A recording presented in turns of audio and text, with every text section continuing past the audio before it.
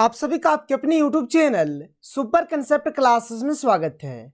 और आज की इस वीडियो में हम लोग क्लास 11th केमिस्ट्री के चैप्टर नंबर 1 के वेरी इंपॉर्टेंट न्यूमेरिकल क्वेश्चंस को करने वाले हैं। और हमारे पास जो चैप्टर नंबर 1 है इसका नाम है some basics concepts of chemistry. और देखिए यहाँ पर मैं आपको जितना भी न्यूमेरिकल क्वेश्चंस बताने वाला हूँ बहुत ही इंपॉर्टेंट है। और यहाँ पर मैं आपको बहुत ही सिंपल तरीके से बताऊंगा, आपको बिल्कुल भी टेंशन नहीं लेना है, आपको हर एक चीज समझ में आ जाएगा। तो देखिए हमारे पास जो पहला क्वेश्चन है, अब आप सोचेंगे कि सर आप ये जो क्वेश्चन बता रहे हैं आपने तो कंप्लीट हिंदी से लिखा हुआ है। तो देखिए यहाँ पर इस साल की अगर बात किया जाए, जो आपका टर्म 1 का जो एग्जाम होने वाला है आपका एमसीक्यू टाइप का होगा, ठीक है। तो यहाँ पर लैंग्वेज का कोई दिक्कत नहीं है, क्योंकि आपका जो क्वेश्चंस होने वाले, जो भी मतलब क्वेश्चन दिया जाएगा, आपका क्वेश्चन आपका हिंदी से भी होगा और क्वेश्चन आपका इंग्लिश से भी होगा, ठीक है। तो आप हिंदी से भी पढ़ सकते हैं और इंग्लिश से भी पढ़ सकते हैं। आपको सॉल्यूशन तो करना है ही नहीं, 4 ऑप्शन मिलेगा और आपको एक ऑप्शन पे आपको क्या करना है, गोल करना है, ठीक है। तो इसलिए यहाँ पर हिंदी इंग्लिश कोई दिक्कत नहीं है, आप समझिए, ठीक है। क्योंकि देखिए मेरे पास इंग्लिश मीडियम का बुक नहीं था, अब फिलहाल मेरे पास हिंदी मीडियम का किताब था, तो उसी से मैं आपको बता रहा हूँ। अगर आप लोगों को लगता है कि नहीं सर आप कंप्लीट इंग्लिश से ही बताइए, तो मुझे मार्केट जाना पड़ेगा, बाजार जाना पड़ेगा और फिर वहाँ से मुझे किताब खरीद कर लाना पड़ेगा, फिर मैं आप लोगों को बता पाऊंगा। तो खैर कोई दिक्कत नहीं है, तब तक आप मैनेज करिए और देखिए। और अगर आपको ये सेशन अच्छा लगता है तो आप नीचे कमेंट सेक्शन पे कमेंट करिए, मैं आपके लिए और अच्छा क्वेश्चंस लेकर आऊँगा और हर एक चीज़ बताऊँगा, ठीक है। आपको बिल्कुल भी टेंशन नहीं लेना है, एकदम वायरल क्वेश्चंस होने वाले हैं जो एग्जाम में पूछे गए हैं या फिर फ्यूचर में पूछे जा सकते हैं। तो देखिए हमारे पास जो पहला क्वेश्चन है, क्वेश्चन नंबर 1 क्या है देखिए। तो देखिए क्वेश्चन नंबर 1 क्या है कि 4.9 ग्राम सल्फ्यूरिक अम्ल द्वारा सोडियम क्लोराइड का कितना द्रव्यमान वियोजित होगा यदि इस अभिक्रिया में 6 ग्राम सोडियम बाइसल्फेट तथा 1.825 ग्राम हाइड्रोजन क्लोराइड बनता हो। देखिए बात को समझिए, एक्चुअल में क्वेश्चन में क्या बोला जा रहा है, यहाँ पर आपको सल्फ्यूरिक अम्ल दिया गया है, क्लियर है। यानी यहाँ पर आपको H2SO4 दिया गया है, ये बात तो क्लियर हो गया। फिर क्या है, यहाँ पर सोडियम क्लोराइड का जिक्र हो रहा है, यानी कि यहाँ पर आपको NaCl दिया गया है। जब इन दोनों के ऊपर हम लोग अभिक्रिया कराते हैं, इन दोनों का जब अभिक्रिया कराते हैं तो यहाँ से हमें क्या क्या मिल रहा है, तो सोडियम बाइसल्फेट मिल रहा है, यानी यहाँ पर हमें मिल रहा है NaHSO4 मिल रहा है। और क्या मिल रहा है, तो हाइड्रोजन क्लोराइड यानी कि HCl मिल रहा है, क्लियर है। यहाँ से क्वेश्चन में क्या बोला गया है कि हमें बताना है कि जो यहाँ पर सोडियम क्लोराइड का द्रव्यमान कितना होगा, ठीक है। मतलब यहाँ पर कितना द्रव्यमान वियोजित हो रहा है, यही चीज आपको बताना है। एक्चुअल में कहा जाए ना तो यहाँ पर जो सोडियम क्लोराइड है NaCl है, इसका हमें द्रव्यमान यहाँ से निकालना है। तो कैसे निकालेंगे, देखिए बहुत ही सिंपल है, बहुत ही आसानी से निकाल सकते हैं। यहाँ पर देखिए क्वेश्चन में जो आपको दिया गया है H2SO4 का द्रव्यमान दिया गया है, कितना है 4.9 ग्राम, तो इसका जो द्रव्यमान है कितना है 4.9 ग्राम में लिख लेते हैं, ठीक है। अगर बात करें NaHSO4 यानी कि सोडियम बाइसल्फेट, तो इसका द्रव्यमान दिया गया है 6 ग्राम, तो यहाँ पर लिख सकते हैं 6 ग्राम। HCl का द्रव्यमान कितना दिया गया है, यहाँ पे देख लीजिए 1.825 ग्राम दिया गया है। NaCl का द्रव्यमान यहाँ पर कुछ भी नहीं है, तो इसको हम लोग क्या मान लेते हैं, X मान लेते हैं, आसानी से मान सकते हैं, कोई दिक्कत नहीं है। अब देखिए यहाँ पर आपको लगाना क्या है कंसेप्ट और आप किस प्रकार से करेंगे। तो अगर आप एक चीज पढ़े होंगे, अगर अभी तक पढ़े होंगे, क्या पढ़े होंगे आप लोग, द्रव्यमान संरक्षण का नियम। तो द्रव्यमान संरक्षण का नियम क्या कहता है कि आपका इधर वाला जो होता है, इधर वाले को क्या बोलते हैं, अभिकारक बोलते हैं, और इधर वाले को क्या बोलते हैं, उत्पाद बोलते हैं। तो अभिकारक का जो टोटल द्रव्यमान होगा और जो उत्पाद का जो टोटल द्रव्यमान होगा वो दोनों आपस में बराबर होगा, समान होगा। यानी बोल सकते हैं, क्या बोल सकते हैं कि अभिकारकों का द्रव्यमान, अभिकारकों का द्रव्यमान या फिर कुल द्रव्यमान जो बोलेंगे आप, ठीक है, अभिकारकों का जो द्रव्यमान होगा और उत्पादों का जो द्रव्यमान होगा ये आपस में क्या होगा, बराबर होगा। उत्पादों का द्रव्यमान, उत्पादों का द्रव्यमान। देखिए इस तरह का एग्जाम में क्वेश्चन बनेगा, ठीक है, और पूछा भी जाएगा। तो देखिए क्या है, अभिकारकों का जो द्रव्यमान है क्या क्या है, 4.9 ग्राम है और X है, तो लिख लेते हैं 4.9 ग्राम और ये रहा आपका X, ठीक है। उत्पादों का द्रव्यमान आपका 6 ग्राम है और 1.825 ग्राम है, तो लिख लेते हैं 6 ग्राम प्लस 1.825 ग्राम, क्लियर है। तो देखिए यहाँ पर कैसे हो जाएगा, ये X है, रहने देते हैं। इधर 6 ग्राम है रहने देते हैं, प्लस 1.825 ग्राम में रहने देते हैं, और ये प्लस है बराबर कितना आएगा, क्या हो जाएगा, माइनस हो जाएगा, 4.9 ग्राम हो जाएगा। इसको सॉल्व करिए, आपका आंसर आ जाएगा। देखिए ये क्या हो जाएगा, 6 और 1 7, तो 7.825 ग्राम, और इधर आपका हो गया 4.9 ग्राम। ठीक है, आप इन दोनों को क्या करिए, माइनस कर दीजिए। देखिए यहाँ पर 5 है और यहाँ 5 यानी क्या हो जाएगा, ये आपका यहाँ पर देख लीजिए, इसको आप क्या करिए, माइनस करिए। चलिए तो 7.825, ठीक है, और यहाँ पर क्या है 4.9, तो 4.9 इस प्रकार से करते हैं।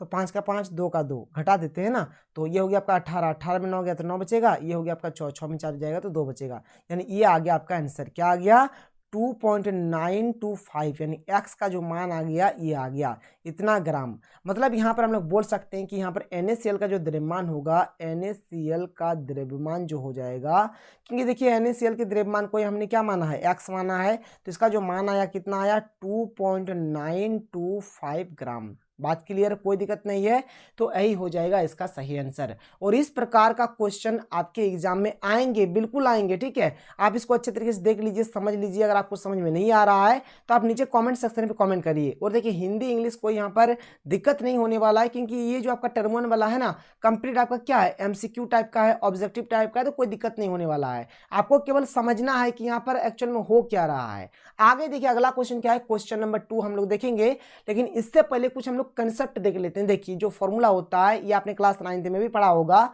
कि मोलों की संख्या का जो होता है, इसका 2 सूत्र होता है। पहला सूत्र देखिए, तो मोलों की संख्या बराबर हो जाएगा दिया गया द्रव्यमान, मतलब क्वेश्चन में जो द्रव्यमान दिया जाएगा उसको आपको लिखना है, फिर नीचे आपको मोलर द्रव्यमान लिख देना है। इसको हम लोग शॉर्टकट में लिख सकते हैं। देखिए छोटा हाथ का n है तो n बराबर m/m, कुछ इस प्रकार से लिख सकते हैं। मोलों की संख्या का और एक फॉर्मूला होता है, दिए गए कणों की संख्या, कणों की जगह पे आपका अणु हो सकता है, परमाणु हो सकता है, इलेक्ट्रॉन हो सकता है, कुछ भी हो सकता है।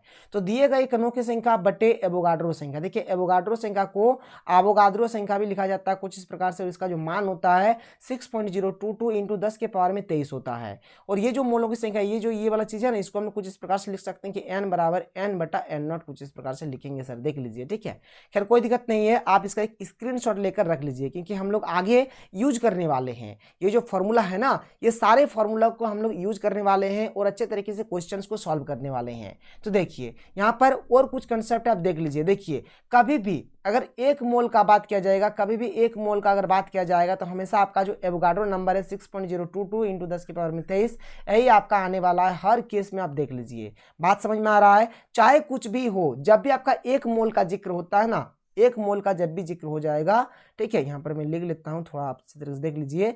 अगर 1 मोल का कभी भी जिक्र हो जाएगा तो इसका मतलब हो जाएगा 6.022 इंटू 10 के पावर में 23।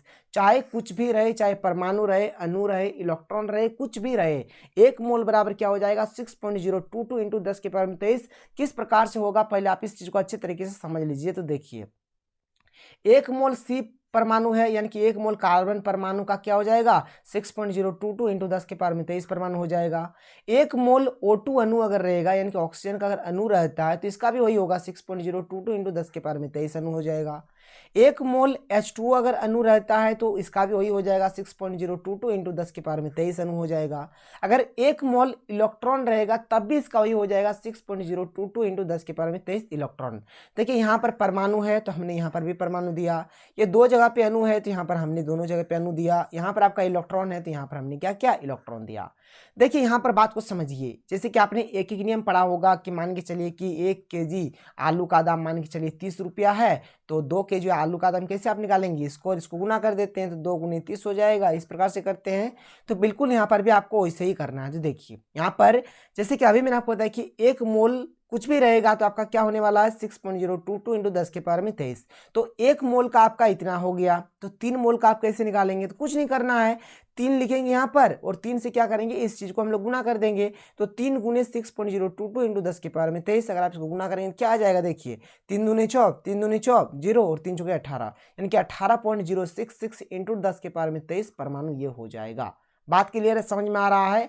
तो बस आप इसी प्रकार से हर एक चीज को कर सकते हैं। तो चलिए आगे देखते हैं यहाँ पर क्या क्या न्यूमेरिकल क्वेश्चंस है। तो देखिए क्वेश्चन नंबर 2 क्या है कि कार्बन के 0.25 मोल परमाणु में परमाणुओं की संख्या की गणना करें। ठीक है, तो देखिए यहाँ पर जैसे कि अभी मैंने आपको बताया, क्या बताया कि जो आपका एक मोल होगा चाहे कुछ भी हो, जैसे कि यहाँ पर एक मोल क्या है, कार्बन परमाणु है ना, तो चलिए कार्बन परमाणु लिख लेते हैं। तो एक मोल कार्बन परमाणु आपका कितने के बराबर हो जाएगा, तो 6.022 इंटू 10 के पावर में 23 के बराबर हो जाएगा, एवोगाड्रो नंबर के बराबर हो जाएगा। और जैसे कि आपने एक नियम पढ़ा था कि मान के चलिए 1 kg आलू का दाम अगर आपका 50 रुपया है, 5 kg आलू का दाम अगर निकालना तो क्या करना, 5 और 50 को गुना कर देंगे तो 5 गुने 50 हो जाएगा। ऐसे ही हम लोग करते हैं, बिल्कुल यहाँ पर भी आपको ऐसे ही करना है कि एक मोल कार्बन परमाणु इतना हो गया तो हमें निकालना है 0.25 मोल कार्बन परमाणु का, 0.25 मोल कार्बन परमाणु।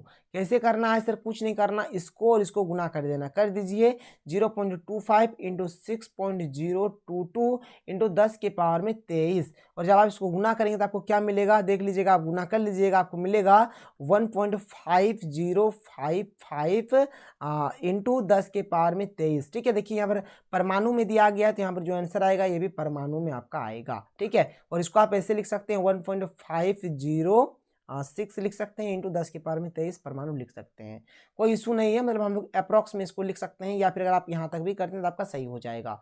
क्लियर है, कोई दिक्कत नहीं है। देखिए एक्चुअल में ये चीज हो क्यों रहा है और ऐसा होता क्यों है, देखिए इस बात को अगर आप समझना चाहते हैं तो आप समझ सकते हैं। देखिए यहाँ पर क्या हमें दिया गया है, 0.25 मोल दिया गया है। अगर आप इस फॉर्मूला का यूज करेंगे, देखिए मोलों की संख्या वाला, ठीक है, तो मोलों की संख्या यहाँ पर कितना दिया गया था, 0.25 दिया गया था। और यहाँ पर कणों की संख्या निकालना है, तो यहाँ पर परमाणु है तो परमाणुओं की संख्या निकालेंगे, परमाणुओं की संख्या। ठीक है, परमाणुओं की संख्या, किसकी परमाणुओं की संख्या, तो कार्बन का। और एवोगाड्रो नंबर क्या होता है, 6.022 इंटू 10 के पावर में 23 होता है कि नहीं होता है।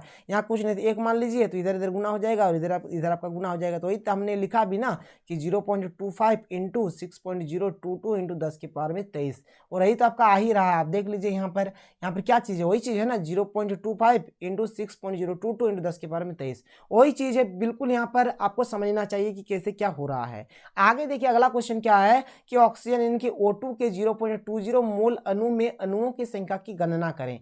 बिल्कुल ऐसे बनने वाला है कि एक मोल, अगर हम लोग बात करें एक मोल O2 अणु का बात करें तो एक मोल में आपका क्या होगा, एवोगाड्रो नंबर होगा 6.022 इंटू 10 के पावर में 23 हो जाएगा। यहाँ पर हमें निकालना है 0.20 मोल के लिए, तो लिखेंगे 0.20 मोल O2 अणु, कुछ नहीं करना। देखिए यहाँ पर जो 0.20 आया इससे इसको हम लोग गुना कर देंगे, 0.20 इंटू 6.022 इंटू 10 की पावर में 23। सिंपल से आप इसको गुना करिए, आपका आंसर आ जाएगा। तो अगर आप इसको गुना करेंगे आपका आ जाएगा 1.2044 इंटू 10 के पावर में 23। ठीक है, ये आपका आ जाएगा। देखिए यहाँ पर अणु में दिया है तो यहाँ पर जो आपका आंसर आने वाला है अणु में आएगा, ये भी अणु हो जाएगा, ये भी अणु हो जाएगा और ये भी आपका अणु हो जाएगा। क्लियर है, तो ये हो गया आपका सही आंसर। बात समझ सकते हैं कि कितना सिंपल तरीके से आप यहाँ पर क्वेश्चन को बना रहे हैं। चलिए आगे बढ़ते हैं। अगला क्वेश्चन बहुत ही पावरफुल और बहुत ही इंपॉर्टेंट है। क्या है देखिए, तो देखिए क्वेश्चन नंबर 4 क्या है, और ये बहुत ही इंपॉर्टेंट क्वेश्चन है। क्या है कि 1.6 ग्राम मीथेन में उपस्थित इलेक्ट्रॉनों की संख्या ज्ञात करें। यहां पर आपको इलेक्ट्रॉनों की संख्या ज्ञात करना। देखिए बहुत ही अच्छा क्वेश्चन है, चलिए इसको बनाते हैं। किस प्रकार से बनाएंगे, देखिए सबसे पहले आपको यहाँ पर क्या करना पड़ेगा, 2 स्टेप में इसको हम लोग करेंगे। ठीक है, पहला स्टेप क्या करेंगे, यहाँ पर सबसे पहले हम लोग क्या करेंगे यहाँ पर कि 1.6 ग्राम ये जो हमें मीथेन दिया गया है, ठीक है, मीथेन, ठीक है, इसमें क्या करेंगे हम लोग, सबसे पहले अणुओं की संख्या ज्ञात करेंगे। में अणुओं की संख्या, सबसे पहले हमें क्या करना है, अणुओं की संख्या यहां पर ज्ञात करना है। अणुओं की संख्या तो किस प्रकार से ज्ञात करेंगे, देखिए बहुत ही सिंपल वाली बात है, यहां पर आपको समझना है। तो यहां पर क्या करिए, आप क्या करिए, देखिए यहां पर आपको मीथेन दिया गया है, तो मीथेन यानी कि CH4, मीथेन यानी कि CH4, तो CH4 का सबसे पहले आप क्या करिए, मोलर द्रव्यमान निकाल लीजिए। मोलर द्रव्यमान, चलिए निकाल लेते हैं। मोलर द्रव्यमान कैसे होगा, देखिए C है ना, C के ठो है, एक ठो है, और C का द्रव्यमान होता है आपका 12। क्लियर है, यहाँ पर H का द्रव्यमान होता है 1, और यहाँ पर H के ठो है 4 ठो है, तो 4 1 4 हो जाएगा, यानी कि 4 लिखेंगे यहाँ पर, तो 12 और 4 कितना हो जाएगा, 16 ग्राम इसका हो गया मोलर द्रव्यमान। क्लियर है, यहाँ तक कोई दिक्कत नहीं है। अब देखिए हमको पता है मोलों की संख्या वाला सूत्र, मोलों की संख्या, मोलों की संख्या का सूत्र क्या होता है, दिया गया द्रव्यमान, मैंने आपको पहले ही बताया दिया गया द्रव्यमान, तो यहाँ पर कितना द्रव्यमान दिया गया है 1.6 ग्राम, तो यहाँ पर लिखेंगे 1.6 ग्राम दिया गया द्रव्यमान हो गया। फिर लिखेंगे मोलर द्रव्यमान, जिसका मोलर द्रव्यमान कितना है 16 ग्राम है, तो क्या लिखेंगे 16 ग्राम लिखेंगे, तो ग्राम ग्राम कट जाएगा, तो ये आपका आ गया 1.6 अपॉन 16, यहाँ पर पॉइंट हटाने से यहाँ पर क्या आएगा 10 आएगा, 16 खत्म हो जाएगा तो बचेगा 1/10, यानी मोलों की संख्या कितना आ गया यहाँ पर 1/10 आ गया। लेकिन यहाँ पर हमें अणुओं की संख्या ज्ञात करना है, ये जो मीथेन है यहाँ पर 1.6 ग्राम मीथेन में कितना अणुओं की संख्या होगा, ये चीज हमें ज्ञात करना है। तो फिर से हम लोग क्या करेंगे, यहाँ पर मोलों की संख्या का जो हमारे पास और एक सूत्र है ना, मोलों की संख्या का जो और एक फॉर्मूला है क्या होता है कि दिए गए कणों की संख्या, तो यहाँ पर हमें तो वही तो निकालना ही है ना, तो लिखेंगे मीथेन में अणुओं की संख्या, ठीक है। यहाँ पर आप डायरेक्ट लिखे ना, ऐसे लिख देते हैं अणुओं की संख्या, लिख देते हैं अणुओं की संख्या, अणुओं की संख्या, ठीक है। अणुओं की संख्या जो हमें निकालना है, और एवोगाड्रो संख्या, तो एवोगाड्रो संख्या क्या होता है आपको पता होगा 6.022 इंटू 10 के पावर में 23 होता है। और यहाँ पर मोलों की संख्या हमारा कितना आ गया है 1/10 आ गया, तो 1/10 लिखेंगे, ठीक है। और यहाँ पर क्या है अणुओं की संख्या, ठीक है, अणुओं की संख्या लिख देते हैं, अणुओं की संख्या, क्लियर है। तो यहाँ पर आपका हो गया 6.022 इंटू 10 के पावर में 23, ठीक है। अब देखिए यहाँ पर क्या करेंगे, यहाँ पर क्या करते हैं, देखिए यहाँ पर अणुओं की संख्या, एक काम करिए ना, इसको यहाँ पर ले चल जाते हैं, देखिए इस प्रकार से क्रॉस मल्टीप्लिकेशन कर देते हैं, इसको यहाँ पर गुणा कर देते हैं, अणुओं की संख्या जहाँ है वहीं रहने देते हैं, 6.022 इंटू 10 के पावर में 23, और यहाँ पर आपका आ गया 10, ठीक है। और यहाँ पर जो हमारा अणुओं की संख्या है जहाँ था वहीं रहने दिया, अणुओं की संख्या हम लोग यहीं रहने देते हैं, ठीक है। अब देखिए कट जाएगा यहाँ पर 10 के पावर में 23, यहाँ पर 10 से काट के कितना हो जाएगा 10 के पावर में 22 बचेगा, तो यहाँ पर अणुओं की संख्या जो आ गया कितना आ गया यहाँ पर 6.022 इंटू 10 के पावर में 22 आ गया। यानी हम लोग बोल सकते हैं कि जो 1 ग्राम मीथेन में जो अणुओं की संख्या है 1.6 ग्राम, सॉरी 1 ग्राम नहीं 1.6 ग्राम, क्या लिखेंगे 1.6 ग्राम मीथेन में अणुओं की संख्या, अणुओं की संख्या यहाँ पर कितना आ गया, तो ये आ गया हमारा 6.022 इंटू 10 के पावर में 22 आ गया, ये चीज आ गया। कोई प्रॉब्लम नहीं है, आपको समझ में आ रहा होगा। चलिए आगे बढ़ते हैं। अब आगे देखिए यहाँ पर आगे आप किस प्रकार से काम करेंगे, ये चीज तो हो गया। अब देखिए यहाँ पर आप ऐसे बोल सकते हैं इस चीज को, ये जो आपका आ गया, एक सेकेंड, इसको आप इस प्रकार से बोल सकते हैं, कैसे बोल सकते हैं, देखिए यहाँ पर आप बोल सकते हैं कि CH4 के एक अणु, ठीक है, एक अणु में इलेक्ट्रॉन, देखिए बात को समझिए, ये जो आपका CH4 होता है, CH4 के एक अणु में कितना इलेक्ट्रॉन होता है, सबसे पहले हम लोग इस चीज को देख लेते हैं। तो कार्बन का परमाणु संख्या 6 होता है, तो इसमें आपका 6 इलेक्ट्रॉन हो जाएगा। हाइड्रोजन का परमाणु संख्या 1 होता है, तो परमाणु संख्या 1 होने से इलेक्ट्रॉन भी आपका 1 होगा। तो यहाँ पर देखिए 4 तो हाइड्रोजन है, तो एक हाइड्रोजन में 1 इलेक्ट्रॉन है, तो 4 हाइड्रोजन में 4 इलेक्ट्रॉन हो जाएगा, तो 6 जोड़ क्या हो जाएगा 4, तो 6 और 4 कितना हो जाएगा 10 इलेक्ट्रॉन हो जाएगा। तो CH4 के एक अणु में कितना इलेक्ट्रॉन हो गया 10 इलेक्ट्रॉन हो गया। बात समझ में आ रहा है। तो यहाँ पर देखिए हमको यहाँ पर निकालने क्या बोला गया कि CH4 के, देखिए यहाँ पर अणुओं की संख्या कितना आ गया है, इतना आ गया है, इतना अणु आपका आया है, तो लिखेंगे CH4 के 6.022 इंटू 10 के पावर में 22 अणुओं में इलेक्ट्रॉनों की संख्या, ठीक है, अणुओं में इलेक्ट्रॉन कितना होगा, इलेक्ट्रॉन देख लीजिए कितना होगा इलेक्ट्रॉन, आप समझ सकते हैं। देखिए CH4 के एक अणु में इतना इलेक्ट्रॉन होता है, तो यहाँ पे देखिए CH4 का जो अणु आया है कितना आया है 6.022 इंटू 10 के पावर में 22 आया है। तो इसमें हम लोग अणुओं यहाँ पर देख रहे थे कि इसमें कितना इलेक्ट्रॉन का संख्या होगा, तो देख लेते हैं क्या करेंगे, इसको और इसको गुना कर देंगे, यानी कि 6.022 इंटू 10 के पावर में 22, और यहाँ पर ये जो 10 है आपका इसको गुना कर देंगे, तो ये आपका हो जाएगा 6.022 इंटू 10 के पावर में 23, इसका सही आंसर हो जाएगा। देखिए क्वेश्चन सिंपल है, आप एकदम बहुत ही शॉर्टकट में बना सकते हैं, लेकिन यहाँ पर मैं समझा रहा हूँ इसलिए थोड़ा लंबा जा रहा है, वीडियो का लंबा जो वीडियो का लेंथ है थोड़ा लंबा जा रहा है, खैर कोई दिक्कत नहीं है, आपको समझ में आ रहा होगा ना, यही यहाँ पर मेन है, ठीक है। चलिए आगे बढ़ते हैं, आगे समझिए। आगे का जो हमारा क्वेश्चन है, क्वेश्चन नंबर 5 बहुत ही अच्छा क्वेश्चन है कि 6 ग्राम कार्बन में मोलों की संख्या कितनी होगी, ठीक है। तो मोलों की संख्या आपको निकालना है, तो इसको n बोला जाता है मोलों की संख्या को, और हम लोग क्या बोलते हैं मोलों की संख्या का फॉर्मूला क्या होता है, दिया गया द्रव्यमान, तो 6 ग्राम दिया गया तो 6 ग्राम लिख दीजिए। और यहाँ पर मोलर द्रव्यमान, तो कार्बन का मोलर द्रव्यमान कितना होता है, देखिए कार्बन का जो मोलर द्रव्यमान होता है 12 ग्राम होता है, याद रखिएगा कितना होता है 12 ग्राम, तो 12 ग्राम लिखेंगे तो जी कट जाएगा, 6 के 6, 6 दूनी 12, यानी कितना आया 1/2, यानी जब इसको आप भाग देंगे तो क्या आएगा 0.5 मोल आएगा, कितना आएगा 0.5 मोल इसका सही आंसर हो जाएगा। क्लियर है, बहुत ही सिंपल सा क्वेश्चन है। आगे देखिए, आगे आपका क्या है अगला क्वेश्चन। तो अगला क्वेश्चन देखने से पहले हम लोग एक कंसेप्ट पढ़ लेते हैं क्या है। देखिए एक होता है आपका ग्राम परमाणु द्रव्यमान, ठीक है, जिसको हम लोग ग्राम एटॉमिक मास भी बोलेंगे, या फिर इसको हम लोग ग्राम परमाणु यानी कि ग्राम एटॉम भी बोल सकते हैं। तो एन का जो परमाणु द्रव्यमान होता है आप सभी को पता होगा कितना होता है 14 यू होगा। इसका जो मोलर द्रव्यमान हो जाएगा कितना हो जाएगा 14 ग्राम हो जाएगा। या फिर देखिए इसको हम लोग बोल सकते हैं कि एन का ग्राम परमाणु द्रव्यमान, ग्राम परमाणु द्रव्यमान भी बोल सकते हैं, जो कि आपका 14 ग्राम होगा। या फिर एन का 1 ग्राम परमाणु जो होगा ये भी आपका कितना हो जाएगा 14 ग्राम हो जाएगा। कुछ इस प्रकार से इसको हम लोग लिख सकते हैं। बात समझ में आ रहा है। यहाँ पर एन का परमाणु द्रव्यमान कितना होता है 14 यू होता है। जब इसको हम लोग ग्राम में लिख देंगे ना इस प्रकार से, यू की जगह पे जब ग्राम लिख देंगे तो इसका नाम क्या हो जाएगा एन का ग्राम परमाणु द्रव्यमान, या फिर एन का 1 ग्राम परमाणु।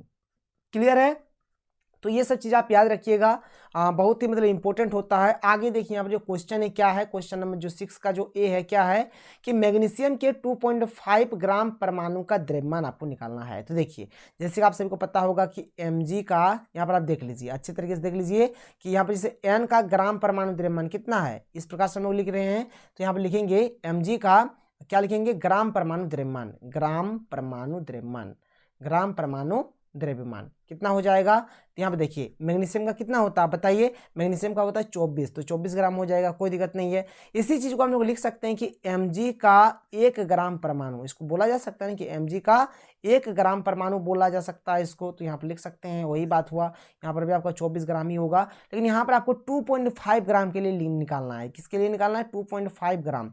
जैसे 1 ग्राम के लिए इतना हुआ तो 2.5 ग्राम के लिए कैसे होगा, तो 2.5 और इस 24 को गुना कर देंगे, यानी कि 2.5 इंटू 24 का गुना कर दीजिए। तो यहाँ पर अगर आप गुना करेंगे तो आपका कितना आंसर आ जाएगा, यहाँ पर आपका 60 आंसर आ जाएगा। कितना आ जाएगा 60 ग्राम इसका आंसर आ जाएगा, आप गुना करके देख लीजिएगा। तो यहाँ पर लिखेंगे कि Mg का 2.5 ग्राम परमाणु।